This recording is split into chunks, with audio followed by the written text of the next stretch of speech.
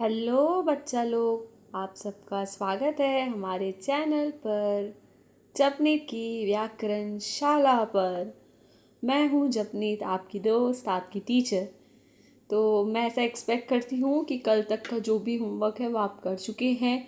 आप फर्स्ट और second class देख कर आए हैं। आज है हमारी तीसरी क्लास और हम तीसरी सीढ़ी चढ़ने वाले हैं। आज हम पढ़ेंगे वचन और लिंग। वचन और लिंग। तो वचन और लिंग के जो नोट्स हैं वो अभी आपकी स्क्रीन पर आ चुके होंगे। हम पहले पढ़ने वाले हैं वचन। ठीक है, वचन क्या है? वचन क्या है जिससे हमें यह पता चलता है कि कोई वस्तु या व्यक्ति की संख्या कितनी है, यानी कि वो एक है, दो है या अनेक है।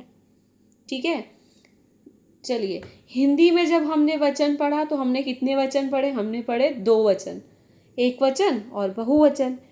लेकिन जब हमने संस्कृत में वचन पढ़ा तो हमने पढ़ लिए तीन वचन। संस्कृत में कितने वचन होते हैं? तीन वचन होते हैं। ठीक है, कितने वचन होते हैं? तीन वचन होते हैं। कौन से? एक वचन, द्विवचनम और बहुवचनम। एक वचनम, द्विवचनम, बहुवचनम। जब आप हिंदी में बोलते हैं तो वचन, जब आप संस्कृत में बोलेंगे तो वचनम। एक वचनम में क्या है? कितनी संख्या है? एक की संख्या है। द्विवचनम में कितनी संख्या है? दो संख्या है। और बहुवचनम में क्या है? तीन या तीन से ज़्यादा की संख्या है। ठीक है, फिर एक वचनम के अंदर के उदाहरण देखिए। बालकः यानी कि एक बालक, पुस्तकम यानी कि एक पुस्तक, और लता यानी कि एक बेल। लता मतलब कि बेल। ठीक है, फिर द्विवचन के अंदर उदाहरण देखिए। बालको, ठीक है, यानी कि दो लड़के।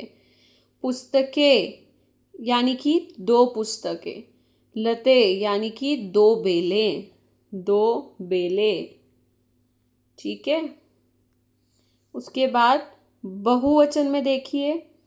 बालकाः यानी कि सब लड़के, पुस्तकानि यानी कि सभी किताबें, और लता यानी कि सब बेलें।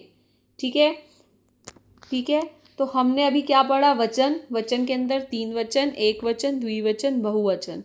ठीक है, एक वचन जो एक वस्तु के बारे में, तो एक वस्तु या व्यक्ति की संख्या एक बताए मतलब। द्विवचन जो शब्द वस्तु या व्यक्ति की संख्या दो बताए। और बहुवचनम ऐसे वस्तु या व्यक्ति मतलब जिनकी संख्या क्या हो? तीन या तीन से ज़्यादा हो। ठीक है, ये हो गए हमारे क्या? वचन खत्म हुए यहाँ पर। फिर हम चलते हैं लिंग पर। लिंग मतलब कि जेंडर। हमने अभी तक दो लिंग पढ़े हैं, मतलब कि हिंदी और इंग्लिश दोनों में ही हमने दो लिंग पढ़े हैं। क्या पढ़ा हमने? पुल्लिंग और स्त्रीलिंग। संस्कृत में क्या है देखते हैं, चलिए। पहले तो लिंग क्या है? लिंग वो शब्द है जिससे किसी शब्द के पुरुष, स्त्री या निर्जीव होने का पता चले। मतलब क्या है कि जो आपका शब्द है वो मेल है कि फीमेल है या न्यूटर है। ठीक है, न्यूटर जेंडर का है, ये पता चले। अब संस्कृत में लिंग के तीन भेद होते हैं। कितने भेद होते हैं? तीन, यानी कि कितने टाइप्स है? थ्री। क्या क्या है? पुल्लिंग, स्त्रीलिंग और नपुंसकलिंग। ठीक है, पुल्लिंग मतलब पुरुष वाले, स्त्रीलिंग मतलब स्त्री या महिला बताने वाले शब्द, और नपुंसकलिंग मतलब निर्जीव वस्तुओं वाले शब्द। यानी कि वो शब्द जो क्या बताते हैं? नॉन लिविंग थिंग्स के बारे में। ठीक है, चलिए, तो उदाहरण देखिए। बालकः कहाँ जाएगा? लड़का कहाँ जाएगा? पुल्लिंग में। ठीक है, बालिका कहाँ? बालिका मतलब लड़की, कहाँ जाएगी? स्त्रीलिंग में। पुस्तकम मतलब कि किताब निर्जीव होती है, किताब में जान नहीं है, तो कहाँ जाएगी? नपुंसकलिंग में। गजः मतलब कि हाथी, कहाँ जाएगा? पुरुष में, पुल्लिंग में। पुरुष है, कहाँ जाएगा? पुल्लिंग में। लता मतलब कि बेल, कहाँ जाएगी? स्त्रीलिंग में। फल क्या है? मतलब फलम मतलब क्या है? फल कहाँ जाएगा? नपुंसकलिंग में। ऐसी वृक्ष क्या है? पेड़, कहाँ जाएगा? पुल्लिंग में। सूर्य, सूरज क्या कहाँ जाएगा? पुल्लिंग में। क्या है? पुरुषवाचक शब्द है। ठीक है। ऐसे ही नदी और मक्षिका, नदी मतलब तो आप सभी को पता है नदी होता है, और मक्षिका यानी कि मक्खी, फ्लाई, जिसे हम इंग्लिश में बोलते हैं FLY, फ्लाई, ये कहाँ जाएगी? ये सब लोग स्त्रीलिंग में चले जाएंगे। और पुष्पम यानी कि फूल, और ग्रह मतलब कि घर, ये कहाँ जाएगा? निर्जीव वस्तुएं तो कहाँ चली जाएंगी? नपुंसकलिंग में।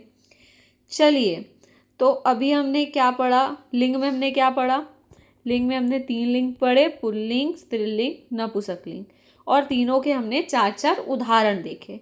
अब दोनों के लिए मैं मतलब एक होमवर्क है दोनों टॉपिक्स के लिए, वचन और लिंग के लिए। वचन से देखते हैं पहले, रामः और फलानी। ठीक है, रामः और फलानी, ये दोनों शब्द कौन से वचन में है, इसमें संख्या कितनी है, आपको ये पता करना है। और लिंग से होमवर्क देखिए, लिंग टॉपिक का होमवर्क क्या है? पत्रम, रमा, अश्वः, अश्व मतलब घोड़ा होता है, अश्वः और मित्रम, ये 4 शब्द ये कौन से लिंग में है, ये पहचान कर आपको कमेंट करना है। होमवर्क फिर से सुन लीजिए, ये रामः और फलानी ये कौन से वचन में है, और पत्रम, रमा, अश्वः और मित्रम ये चारों शब्द कौन से लिंग में है, ये पहचान कर आपको कमेंट करना है। ठीक है, तो इसके अलावा ये तो वो होमवर्क है जो आप मुझ तक पहुंचाएंगे। और क्या होमवर्क है कि आपको इसे अच्छे से नोट डाउन करना है, सुंदर से उदाहरण के साथ करना, ताकि आपको बाद में भी पढ़ने में आसानी रहे। और अगर इसमें आपको कुछ लगता है कि आपको याद करना है तो याद कर लीजिएगा, वैसा ऐसा कुछ है नहीं, अगर आपने समझ लिया तो इसमें भूलने वाली कोई चीज़ नहीं है। और आपको कोई डाउट है तो मुझे कमेंट कर दीजिए। होप सो आप सभी बच्चों को आज की वीडियो बहुत अच्छे से समझ आई है, तो लाइक और शेयर अपने दोस्तों के साथ ज़रूर कर देना, और मेरे चैनल को सब्सक्राइब भी कर लेना। तो फिर बच्चा लोग मिलते हैं हम कल हमारी 4th वीडियो में, हमारे 4th डे पर। चलिए, बाय।